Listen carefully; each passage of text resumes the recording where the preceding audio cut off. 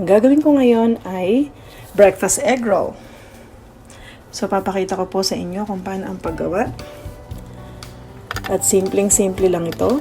Mag-crack lang tayo ng 4 eggs sa isang lalagyan. At mag-chop tayo ng onions and tomato. So, nipisan lang natin ng hiwa. Naka-prepare na rin yung aking green onions na ilalagay. At naglagay ako ng fresh milk at Himalayan salt dun sa aking eggs kasama nila ng green onions. At saka lang natin ito i-beat.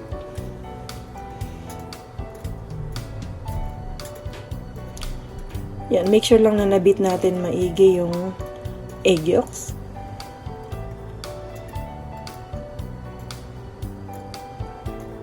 So, I'm preparing for 2 persons. So, kung mas marami kayo, magdagdag lang kayo ng eggs. So, 2 eggs each.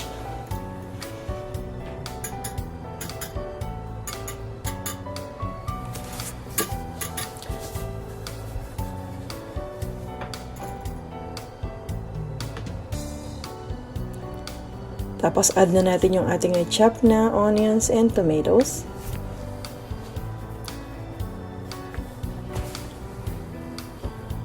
So, lagyan na natin sila lahat. Hindi naman siya ganun kadami.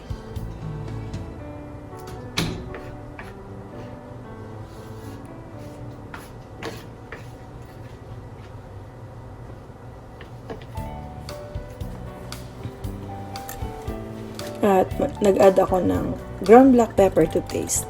Saka lang natin siya i-beat. At ngayon naman ay nakainit na ang aking pan. So, ready to cook na ang ating mixture. So, yan. Mag-i-spray lang ako ng olive oil. Pwede kayong gumamit ng spray butter or oil lang. Yan. At saka natin umpisahang lutuin ng ating egg roll. Maglagay lang tayo ng mixture sa ating pan.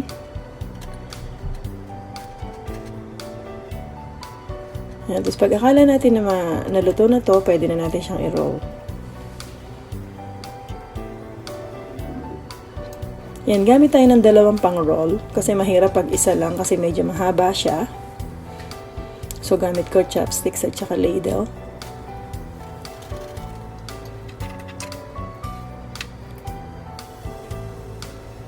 Yan, ganyan lang paggawa. Simpleng-simple. So, pag na-roll na natin, magdadagdag tayo dun sa harap niya ng mixture para medyo lumaki yung ating egg roll. Para masiyahan yung ating pagsaserve.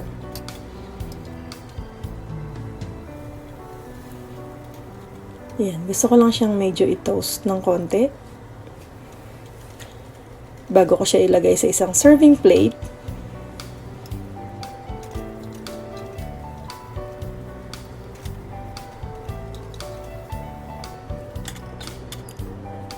Yan. At gawin na naman natin ang the same process dun sa susunod na egg roll natin.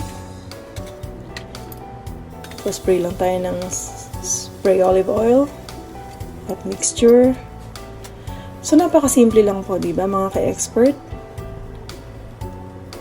Yan, sigurado ako magugustuhan ito ng inyong family, ng mga anak ninyo, ng husband ninyo, or syempre guest. Kapag meron kayong guest, tsak masisiyahan sila na ito yung isa-serve ninyo.